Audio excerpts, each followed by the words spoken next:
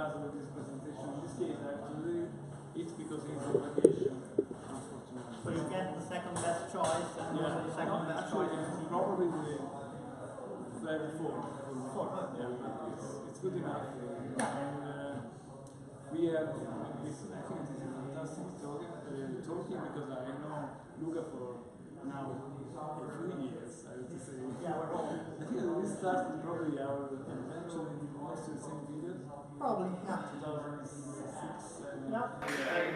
And he has a long story of success. I think very challenges from the technological point of view. And I think he can say everything by himself. You can. Thank you, and first of all, thank you all. I know that being here to hear for a disruption in HR at 7 p.m. is a challenging one, and I hope you will not fall asleep during the talk. So, first of all, who I am. I'm a software engineer. I'm Italian, so I'm qualified to talk to the Italian crowd. Through my career, I had several different experience points working with HR for different reasons. Through this presentation, I'll show you my different point of view during my career when I was a simple employee, when I was a hiring manager, and then when I decided to start building companies that would help HR getting and solve their problems.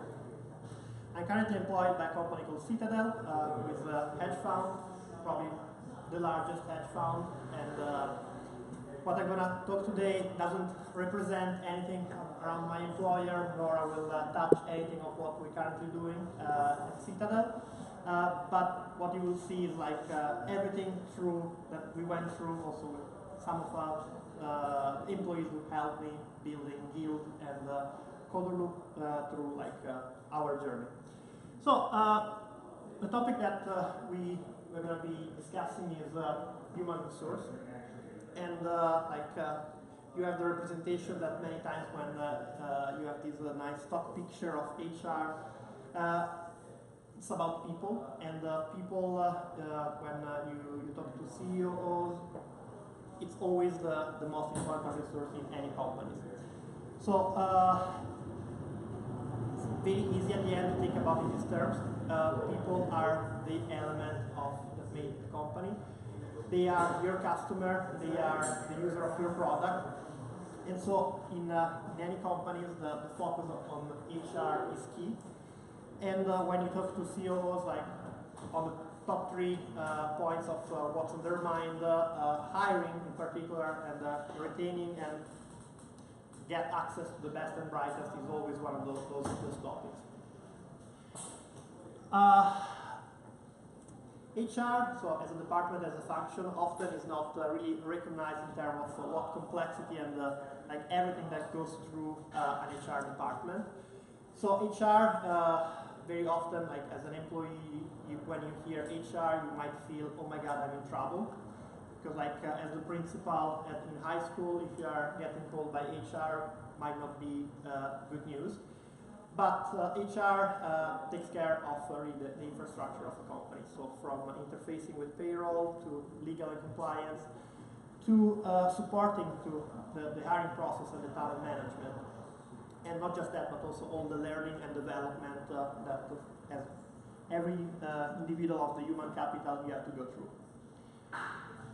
At the same time, it's a cost center, and that's something that we have learned multiple times in various experiments in trying to sell to HR.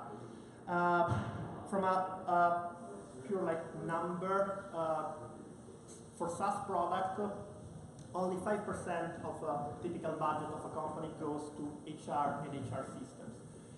So when you're building solution for HR, from a pure cost allocation is pretty much neglected compared to the money that gets spent in system tooling processes for typically marketing and sales that get the most part of the pie in any company.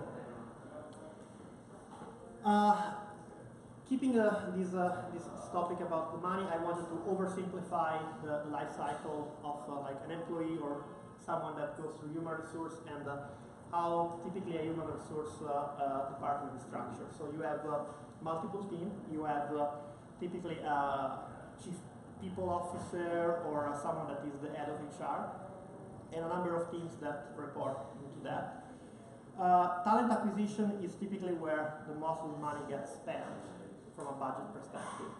So if you look at how money gets flowing and get allocated through an HR flow, the spending in the talent acquisition is definitely the largest.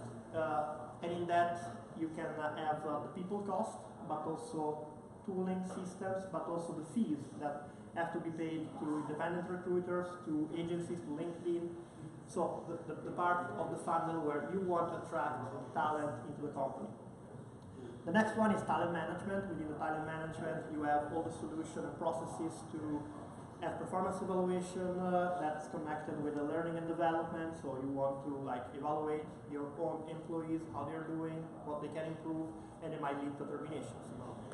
It's interesting that also from a dollar spend point of view, there are also money being spent on the termination, because obviously you want to make sure that as part of the termination process, you don't get into legal troubles, and everything is done according to the protocol. So there are even systems just for the record for that.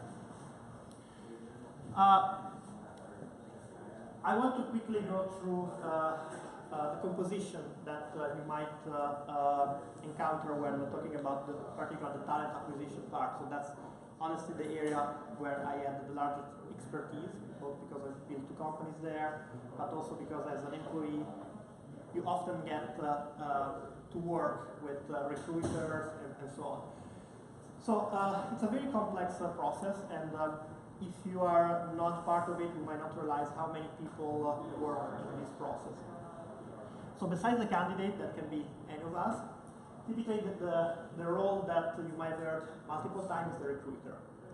And while I walk through the individual here, I also want to, and again, this is the generic company, so I'm sure that any specific company might do things differently, but this is a sort of template that working with over 1,000 companies here in the US, that's really the template. So the recruiter, from a hiring perspective, is your best friend. His or her job is to get you into the door and to be part of the company. In fact, most of the recruiters have a quota.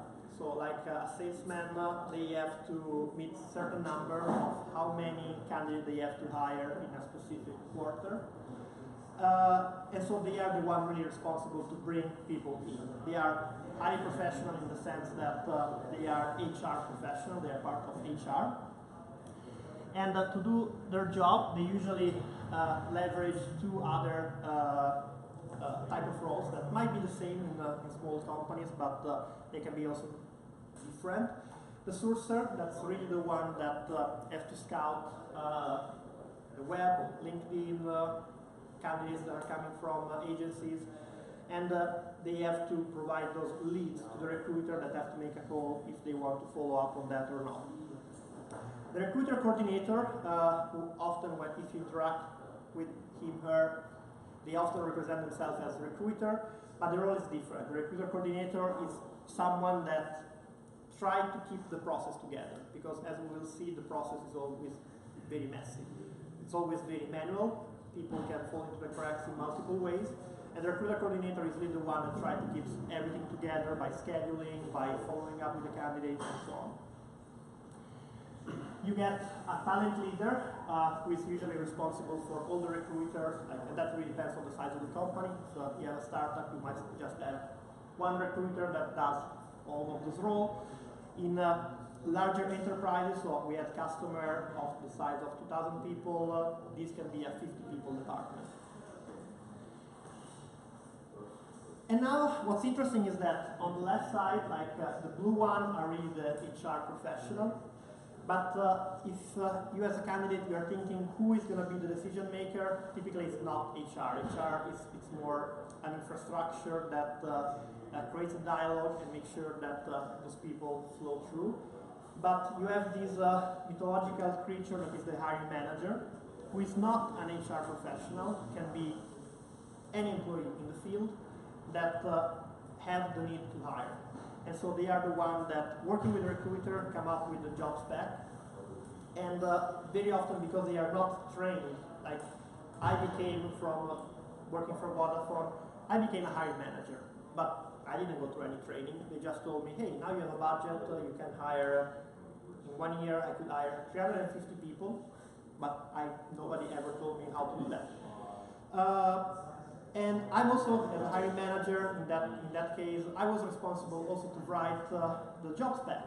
And I had no idea how to write a job spec. And what you do is, you think about every possible skills that you just want to throw in there, and then you get those job specs that are huge, because again, you're not a professional, so you try to do your best to think about who you would like to hire.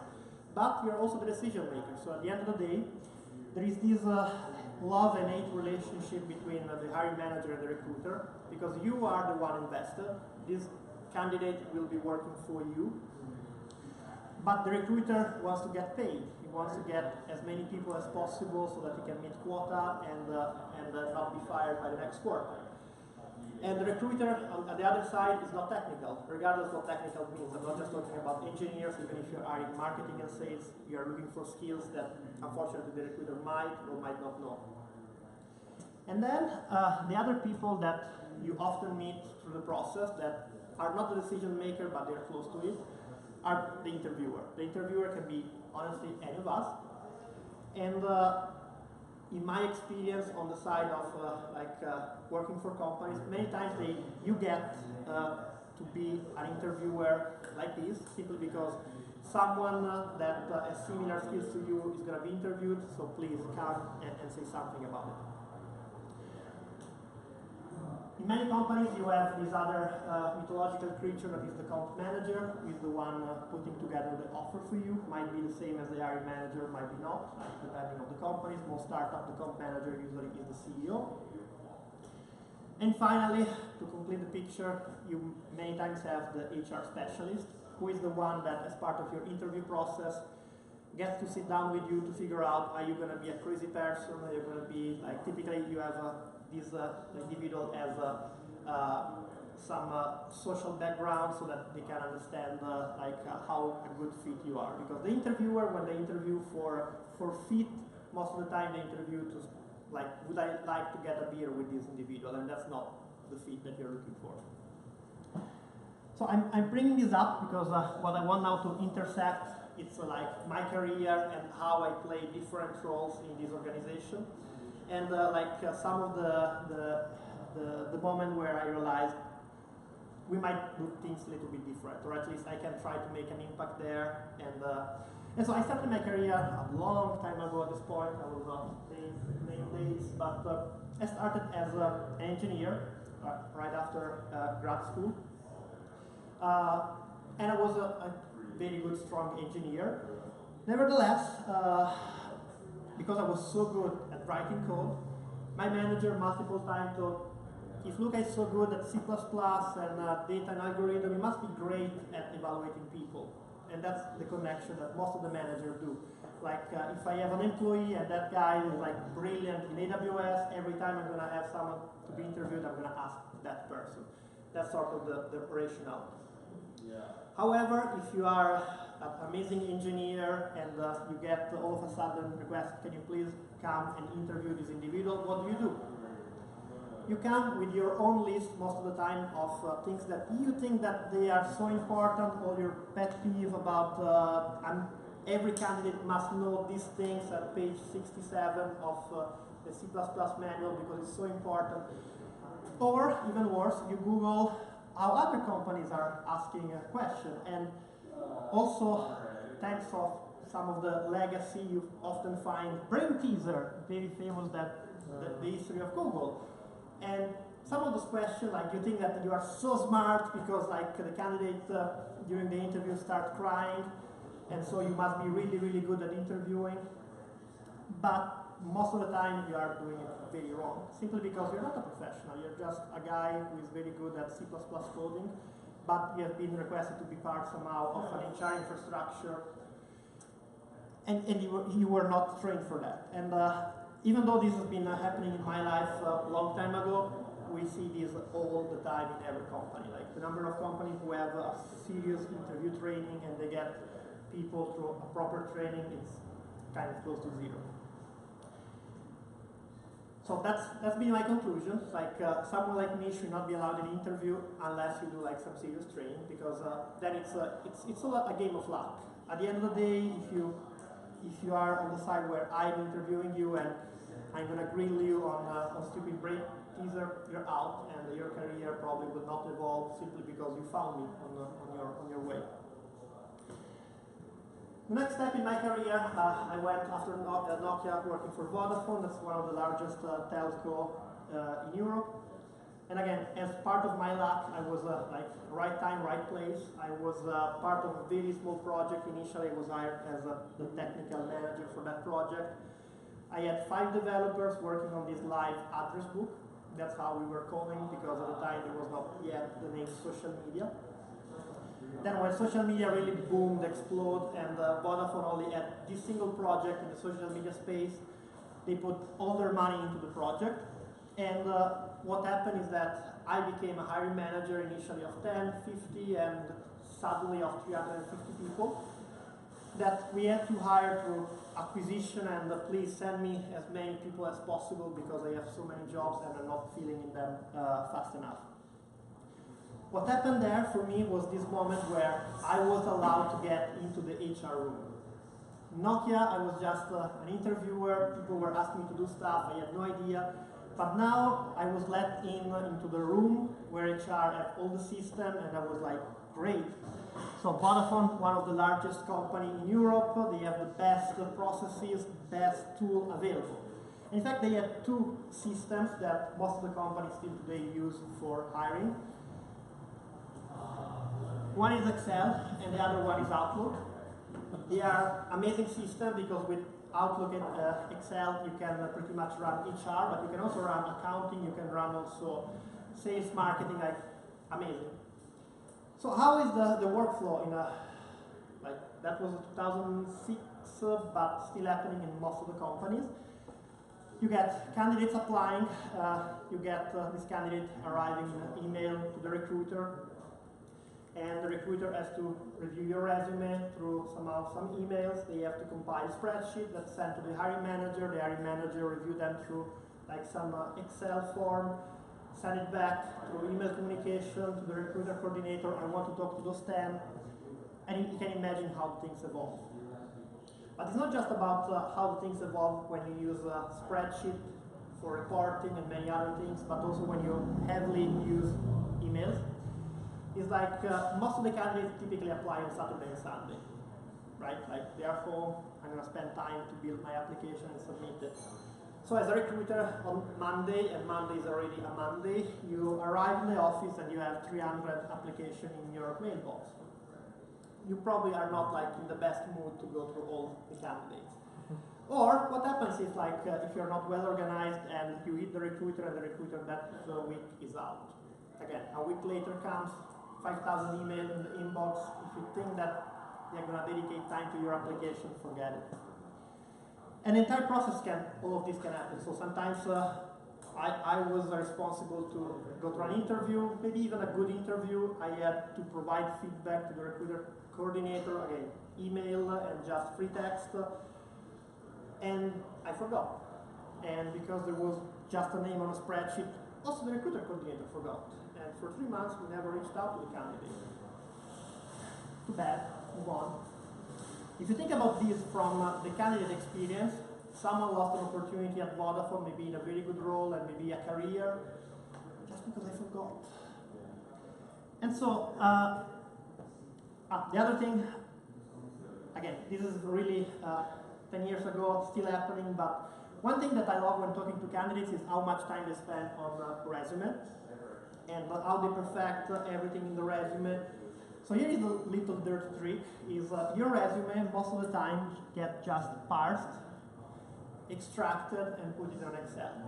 So it's most of the time it's more important that the parsing can read it than nothing else. So an advice is Please go Google the resume parts out there, test your resume if it's going to go through a nice and clean. Because at the end of the day, most of the time your evaluation is going to be on the parsed version and not necessarily like, now it's not Excel, it's Tableau or something else, but it's pretty much the same process.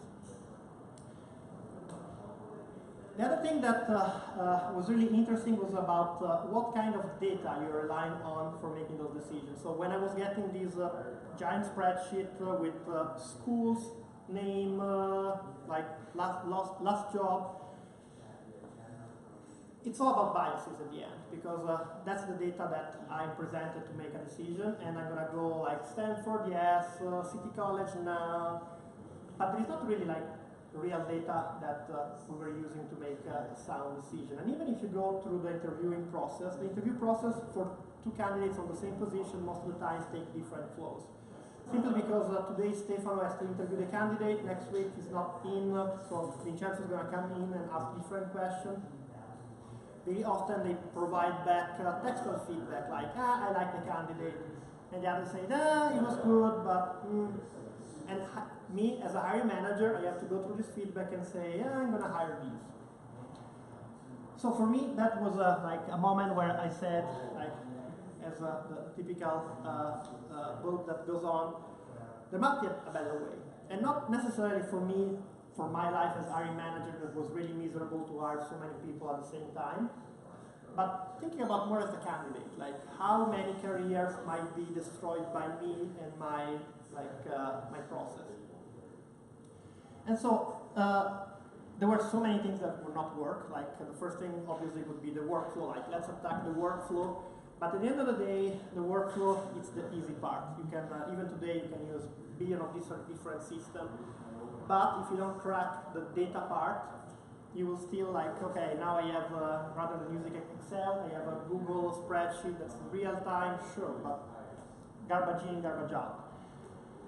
So when I was at Vodafone, I had this idea that, if you're not familiar with AcreRank, this is pretty much AcreRank, but 10 years ago, of let's try to standardize. If we can provide the candidate with the same type of testing, and it's a uniform based on the job, you get the same testing, and we're going to extract hard metrics on how the candidate goes through this process, then the rest can follow. I can still go through an Excel, but now I have much more metrics, and rather than say City College and Stanford, I can say, oh wow, this guy say that can do Java and can do Java. That's a big leap and improvement. So with a colleague, we built this at Vodafone to use internally through this huge hiring spree. But obviously Vodafone is a very different business. We didn't care about what we built, so we quit Vodafone and we tried to do this as a business. Like best time of my life, probably worst decision of my life at the same time. Like simply because we didn't raise any money, we were able to bootstrap everything. We produced in 2 years 0 revenue, but a lot of happy customers that were using the product for free. So we built this product as a B2C product, so you could go in, take all these tests, and build a profile that looks different than a resume, because now it's more about data, and we will see through the evolution of what we build later how the data components was so important to me. And when you have to compare two resumes, now it's something that starts to be comparable, because it's not like the narrative of candidate 1 versus the narrative of the candidate 2. So we continue to build Coder Loop. We had, let's say, an average success in the sense that with no budget, we were able to build a community that in a few months, like 2-3 months, was able to attract 5,000 developers in Italy and then grow in Europe. We were able to also add a B2B component of it, so a few companies like Quora or Dropbox start adopting that. The learning was, okay, so how much are you willing to spend for this? Okay, maybe 500 a month. Okay. Can you build a large business with that? Probably not. So with that in mind, given that we haven't raised any money, the most logical next step was, let's sell the company. Yay! At least some money we made from the deal. So a company here in San Francisco called Guild acquired the theme technology. That also gave me the opportunity to move here to the United States as part of the visa process and so on. So Guild was pretty much Coderloop, but with the money. So that's the way I define it. Guild was very successful in India. So they had an operation that while we were testing people with puzzle and hard challenges where you had like an open text and you had to solve a problem, Guild was doing the same with multiple choice questions. So we were always considering like, yeah, we have technology, you guys have multiple choice questions. But through the course of 1 year, Guild was able to attract 500,000 people in India.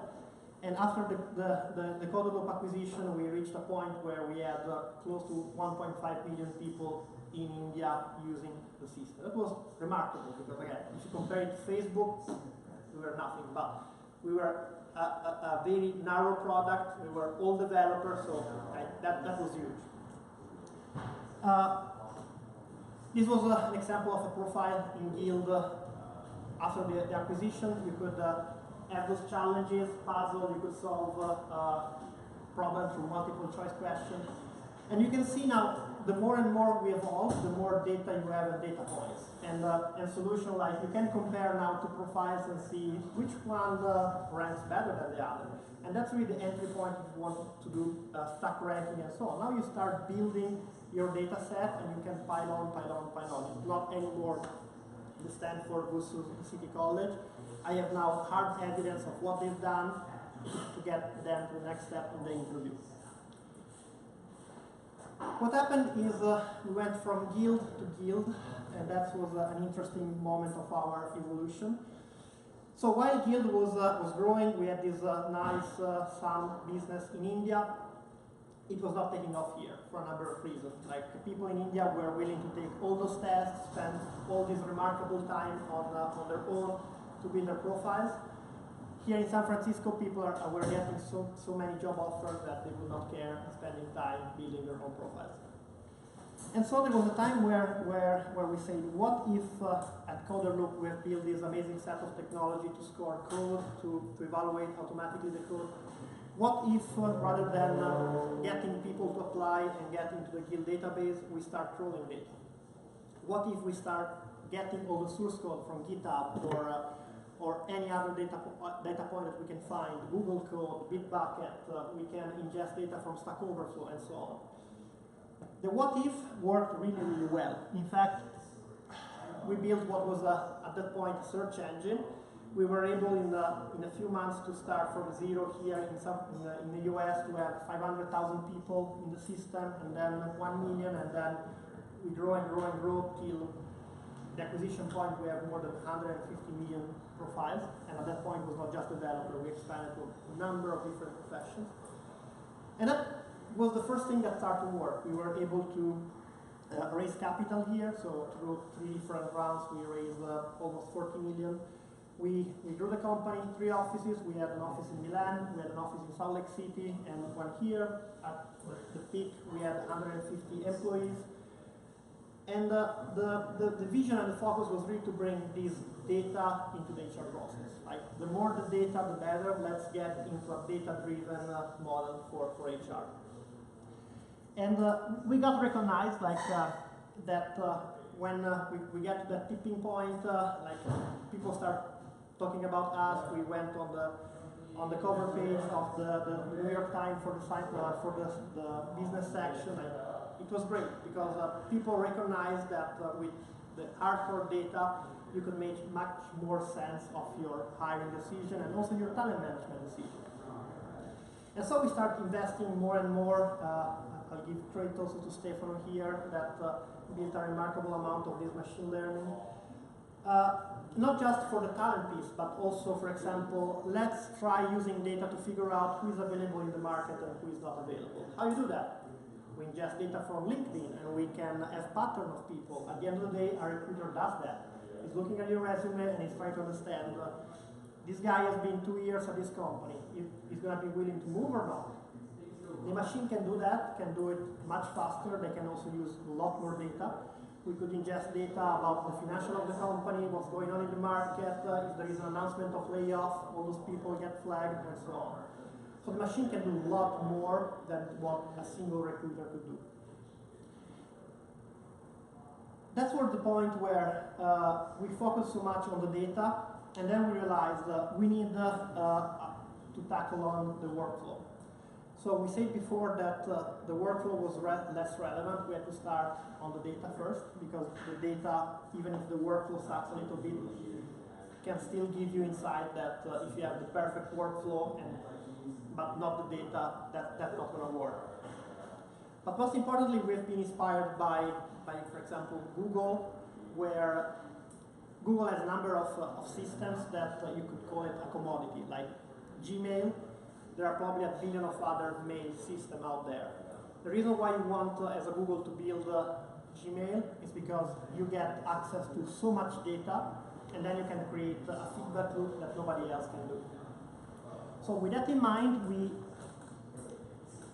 we went straight to a conclusion. If we want to get to this vision where HR should be able to do what sales and marketing do today. So if you go to the sales leader and you ask what's going to be your forecast for the quarter, he can pull up data, can do forecast and all of that. This is the final stage that we want for HR. Clearly, we started from the talent acquisition, but once you get a system where everything is in the system, you can do things with data that you couldn't do before in Excel. So with our system, for example, we could track performance of the interviewer. Now, as an interviewer, I can see what's his rejection rate, like compared to the other. Why is that guy an anomaly? Does he need more training, for example? Something that if you're only living in a spreadsheet, you will never be able to do. And this is a system that the more data points you get, the better it becomes. So when we were at the last point of the guild evolution, so we started really as a sourcing tool and we evolved over time. And one of the things that didn't work for us, that we were way too early in the market, but we got recognized by analysts and so on for our work, is if you think about how the evolution of the architectural stack of talent acquisition team went through the years, this is going to be the future of it. You want to have a candidate experience that is pretty much marketing, and I think one company that's doing a very good job there, it's Glassdoor. And it's also doing a great job because it's selling most of the time not to the HR department, but it's selling to the marketing team. Like, remember, larger budget. So that's your brand, and if you want to take care of your brand, you need to take accounts on Glassdoor. So the idea is that now you're attracting those candidates into your applicant tracking system, and it's not just a spreadsheet 2.0. It's a system that learns what you do, that can pull data from the open internet, that can have all sorts of metrics that you need. It's a system that is highly integrated with tracking, so anything that happens there, you can run analytics on top of it. And then there is this new concept of the candidate relationship management.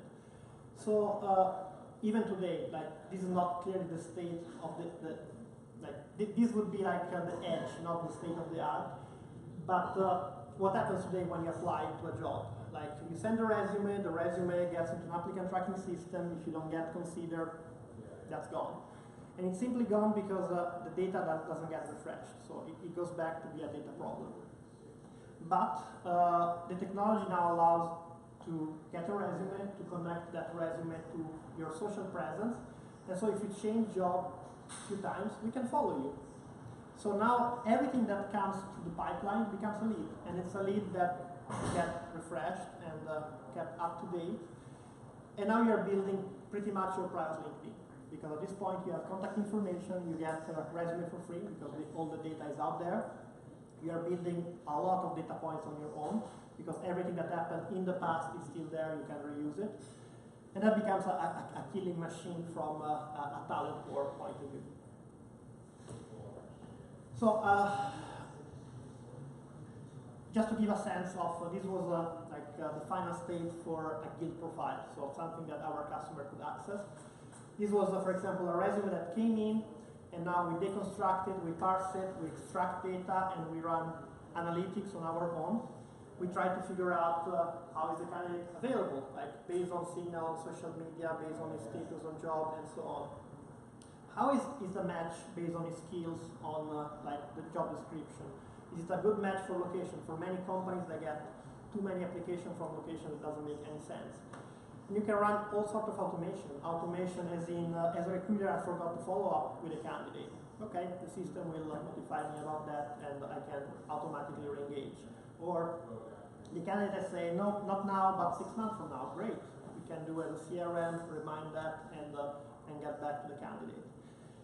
But still on the topic of data, what you can do is a lot of automation on the data itself. You can start, for example, figuring out gaps in the resume. That's like first thing you ask to a candidate to explain, what did you do at that time?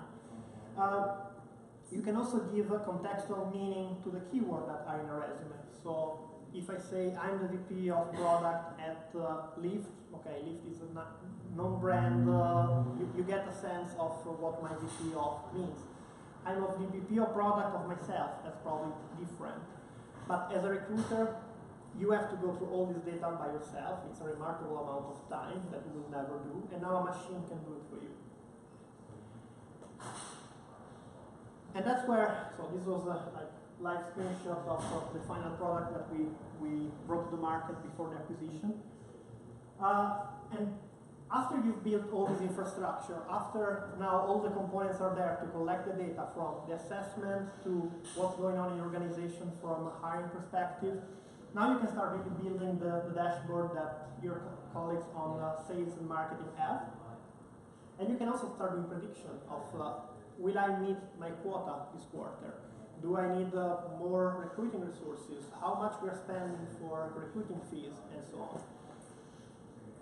So all of that was our experience in trying to take an approach that when we started was pretty much a lot of Outlook and Excel, and how system and data mining in particular could help the HR function. As the story goes, and I will not say too much about it, we got acquired by a hedge fund back last year, and we're still doing some of these. Can't comment too much on for a specific customer. However, what's interesting now, following the environment, a number of players are starting to replace us in different areas, so you can pretty much still rebuild the architecture with a lot of different components. When we arrived to the market with the first CRM, we were the first on the market. We got recognized by analysts as a sort of building a new market for a tool for CRM, for HR.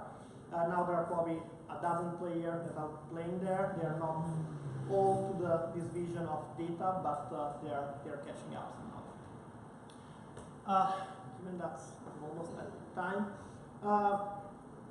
To close on this, on my experience from my career, we're not there yet in terms of the data-driven decision in HR that we should see.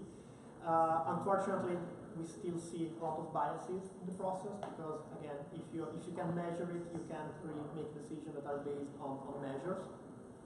But what's really refreshing for me that I really spent so much energy to get there is that I see now a lot of vendors are doing this, and that's my belief that it's going to be a big change in the way HR operates, because without a lot of the technology and systems that I showed you, as a recruiter, you want to bring people in, and what you do is tend to spam, tend to get as much leads as possible.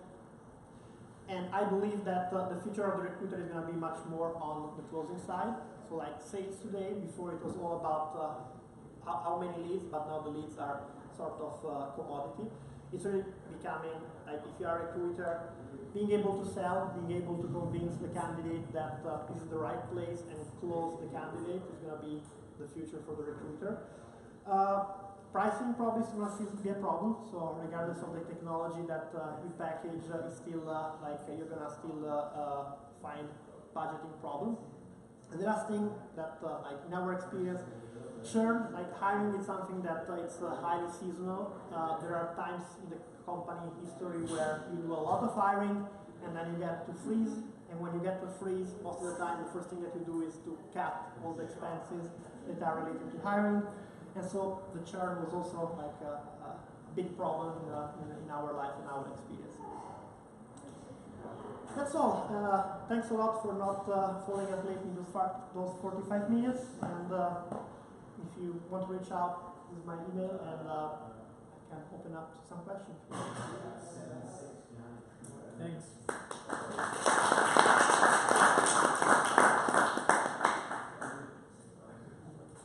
Yes. From a candidate point of view, how do you prevent the spam? How do you qualify leads that are coming in? I put my resume in like 2011, and I'm still getting emails for different positions. What's your, is there a solution out there that product addresses or better qualifying who to reach out to? As a candidate or as a spam? Like how does someone looking for a job filter through dozens of emails daily that you receive as a candidate? Yeah, or just I'm employed, but I still receive emails and kind of take my resume off. Guys, I guess once you're in the system, you get a lot of insight into what goes on once you're in the system.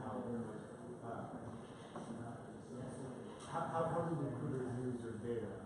What's a common use case? Someone buying some software, someone in HR to. So it really depends. So it's I don't want to sound too generic on that because at the end of the day it's on an individual basis. So it's the same problem that if you think about sales, you get in sales of they want to buy leads and they want to spam. So when, for example, we are a guild, we had a number of features that could make the spam really easy. One of them, for example, that feature that we had to identify who can be available would be great for spamming because all of a sudden if I flag you as might be available, everyone at the same time will come after you. And so one of the number one feature requests was can we sort by who is available and who is not? And obviously we never provided that because of that reason everyone would go and spam. So the answer is from a system perspective, I think that the system has somehow to prevent that. And at the guild, for example, we built a number of restrictions to avoid that. One is the number of emails that as a recruiter you're allowed to send, so that you want to make it painful that if I want to target you, it must be because I really want you. It's not because I'm going to write to everyone in this room hoping that someone is going to respond. So there are system restrictions that you can do, also make it a little bit more painful, or the fact that it has to be targeted. But at the end of the day, I think that if I have to think as a recruiter, what's valuable for me at the end is that I get enough hire for me to justify my job. So is it more, the ROI, is it better if I spam to 1,000 people and I hire 5, or if I spend some time to research, target someone that looks like available, like if your resume says I'm not available on LinkedIn, why am I bothering to connect with you? Or if you respond and say, I'm currently employed, I'm happy here, I should set a reminder for like a year, not just, okay, next month I'm going to try to connect again with you. But at the end of the day, so from a data access perspective, the data is out there. It's not only on LinkedIn, it's a billion of other places. If you're on Meetup, if you are like, your contact information are out there. So there is not necessarily a barrier to prevent that.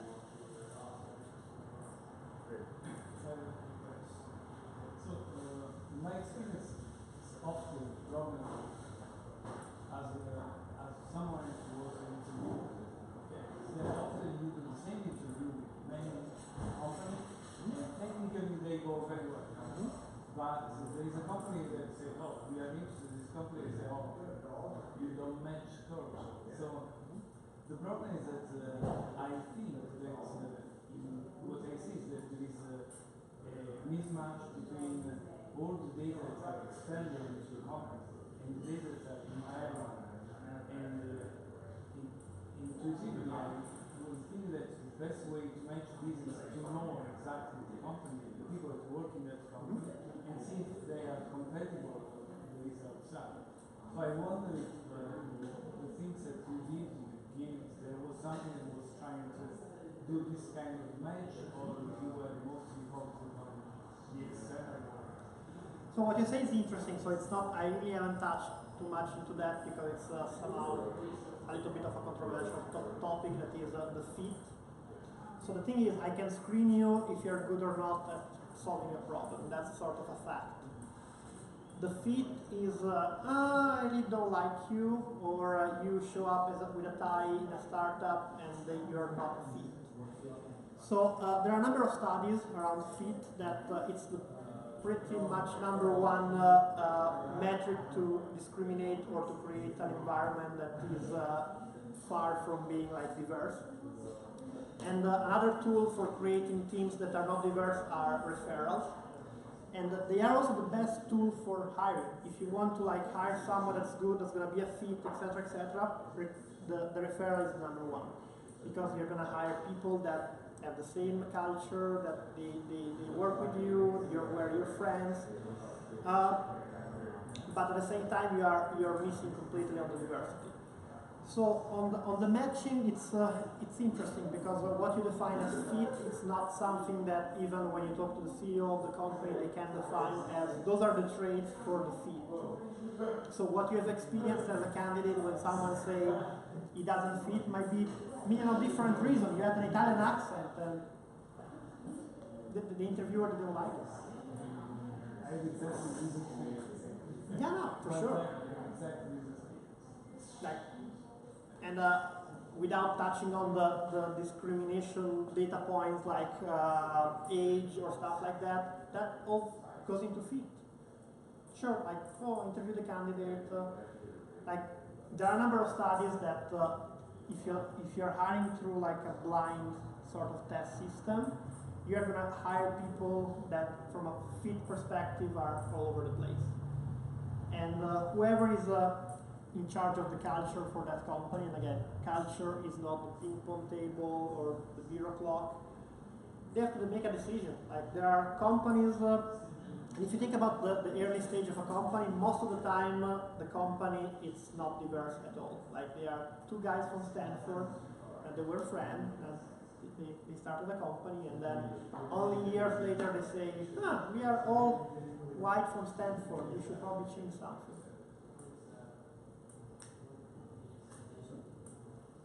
There was a study, I heard that there was a study, according to Google, they did some analysis and they found that there was no correlation between performance during the interview process and performance after, during the period that they stay at the company. So one question is, how do you, can you evaluate how successful you were based on which parameter do you use to decide how successful you were in your ranking? And the second question, is it true that there is a big mismatch between how people perform at the interview and how they perform, and what can you do to compensate for this? We can maybe ask people at Google if they want to chime in. I read the studies.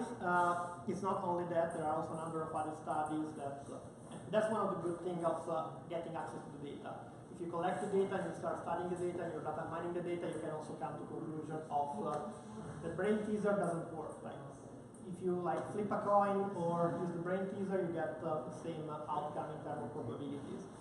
Or if you collect the data in a very analytical way during the hiring process and also the performance management, and you're able to combine those two, you can do a lot of studies that are like eye-opener in terms of all the biases that when you build the hiring process you put in. One of those is which company, which school you came from.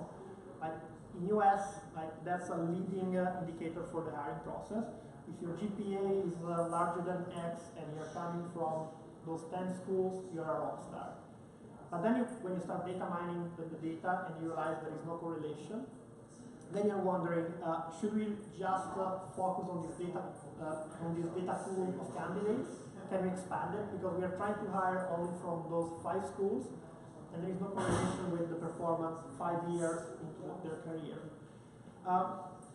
So the success, it's not so based on, again, and I don't want to sell you anything because the company has already been bought, so I don't have anything to sell. But what's interesting is that these give you the chance of doing the data-driven decision. So regardless if you're successful or not, so this is not like the silver bullet, you just implement these and boom, your hiring is going to work.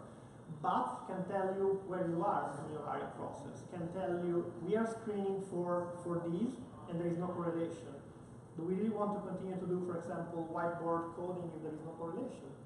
That's something that you can, as a data-driven approach, bubble up to the talent leader, to the head of HR, and say, the data says that your process is meaningless. And do we want your data to evolve it? It's like an A/B test at that point becomes.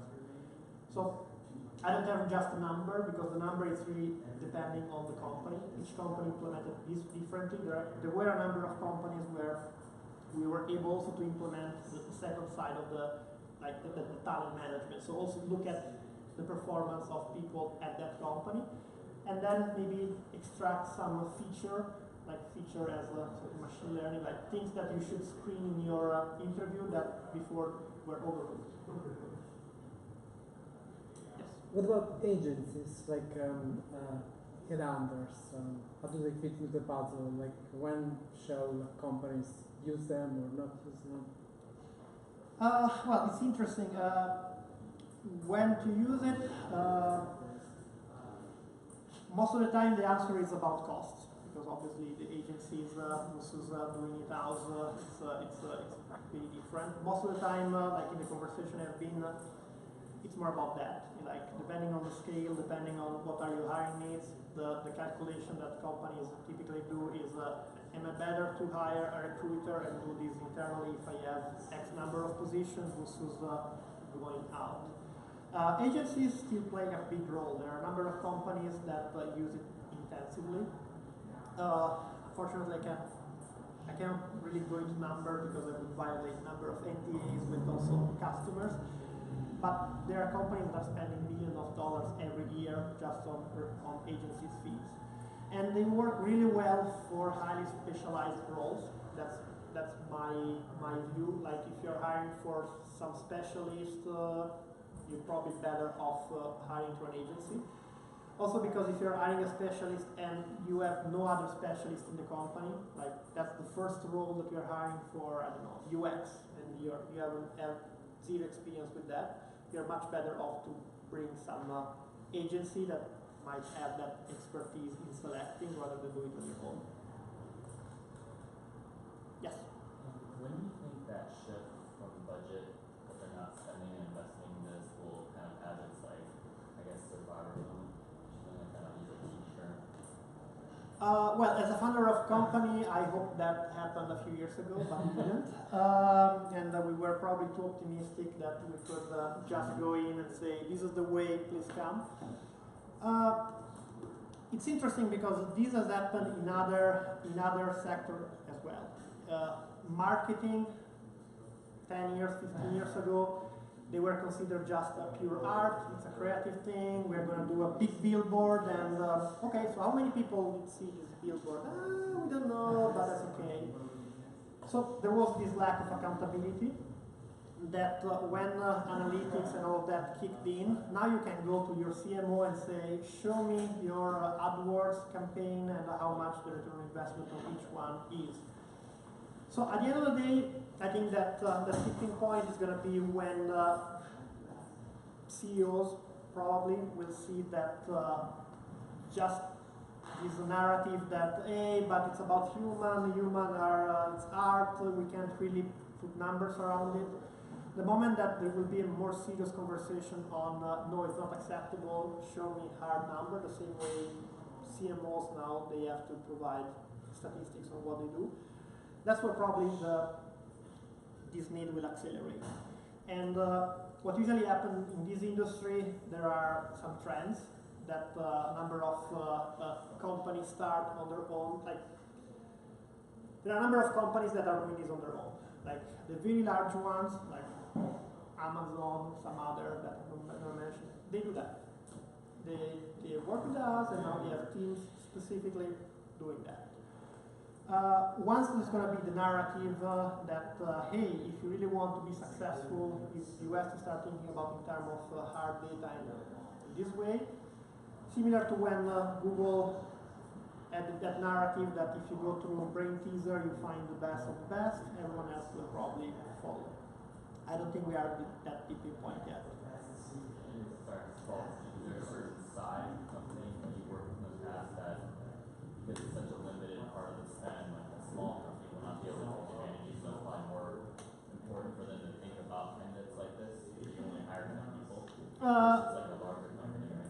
Sure, I can tell you that through our failures, we tried different things. We sold this to startups, we sold this to enterprises. Larger companies usually adopt this better than startups, simply because they have the budget, simply because if you're a startup, most of the time you're going to hire 5 people, and then to justify a larger expense, it's not. And also because in terms of inefficiencies, if you're thinking about an Amazon, the number of candidates that you have to process, it's like. Plus, if you're a brand, you also have the problem of volume. Everyone knows Amazon, everyone is going to apply to Amazon. If I'm the founder of Usa.com, very few people will know about it. I don't have a volume problem, and I can almost use the spreadsheet to go through my candidates. So, last question.